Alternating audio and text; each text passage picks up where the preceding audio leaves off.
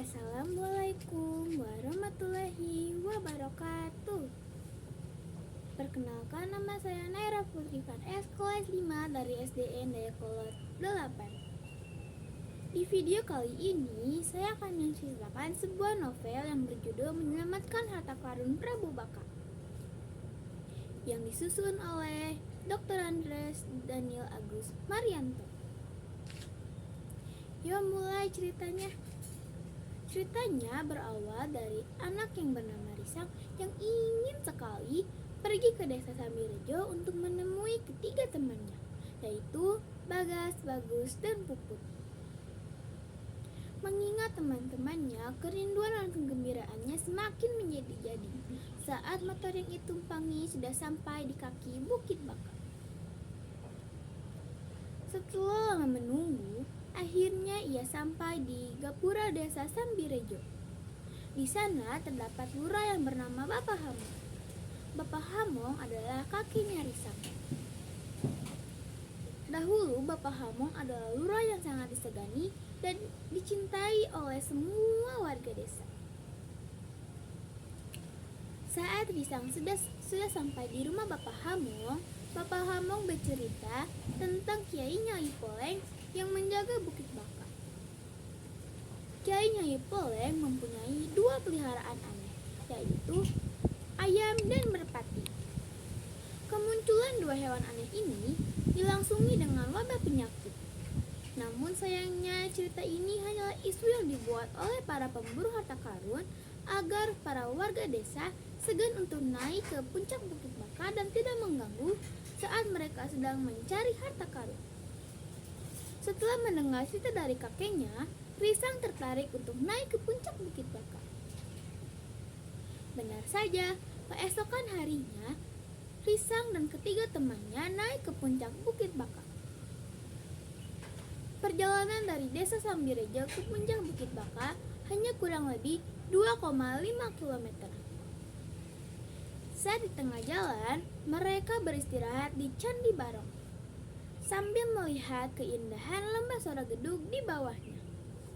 Lalu mereka melihat lagi berdiri megah Candi Banyunimo di tengah-tengah lembah Soragedug. Seolah-olah lembah Soragedug itu menjaga Candi Banyunimo. Sekian lama berjalan, akhirnya mereka sampai di puncak Bukit Baka.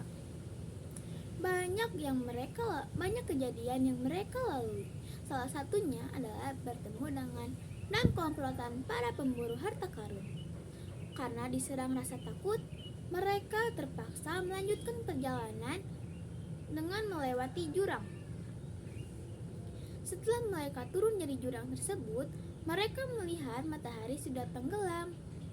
Dengan bergegas, mereka melanjutkan perjalanan pulang ke desa Sambirejo. Saat di tengah jalan, Risang menelpon sang ayah lalu menceritakan bahwa tadi ia bertemu dengan 6 komplotan para pemburu harta karun. Setelah mendengar cerita dari Risang, ayahnya dan para aparat kepolisian bergegas untuk mendatangi lokasi Risang berada dengan berpakaian preman. Ayahnya Risang terus mencari informasi tentang para pemburu harta karun. Sedangkan rencana selanjutnya diambil alih oleh Letnan Jaka. Setelah lama bermusyawarah, mereka menugaskan para warga desa untuk bersiap melakukan penyergapan bersama para aparat. Letnan Jaka memutuskan untuk berangkat pada jam 1 malam. 2 tim yang sudah dibagi rata itu akan bertemu di puncak pada jam 2 dini hari.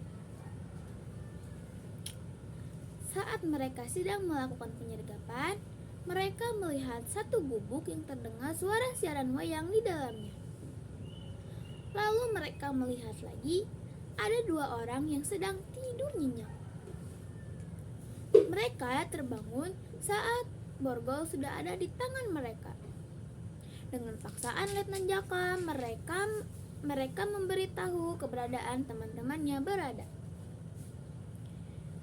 Saat perjalanan akan mendatangi lokasi teman-temannya berada, mereka dengan hati yang takut berusaha untuk kabur. Sambil berlari ke arah tenda yang besar, mereka sambil berteriak membangunkan teman-teman mereka. Satu tawanan berhasil diamankan oleh Bagus dan Laka, yaitu ayahnya Risang. Sedangkan satunya lagi masih mencoba lari. Dengan hati yang segan, Letnan Jaka menembakkan pistol dar pada paha tawanan. Tawanan itu jatuh tersungkur. Karena tak kuasa untuk berdiri lagi, akhirnya ia menyerahkan diri pada Letnan Jaka.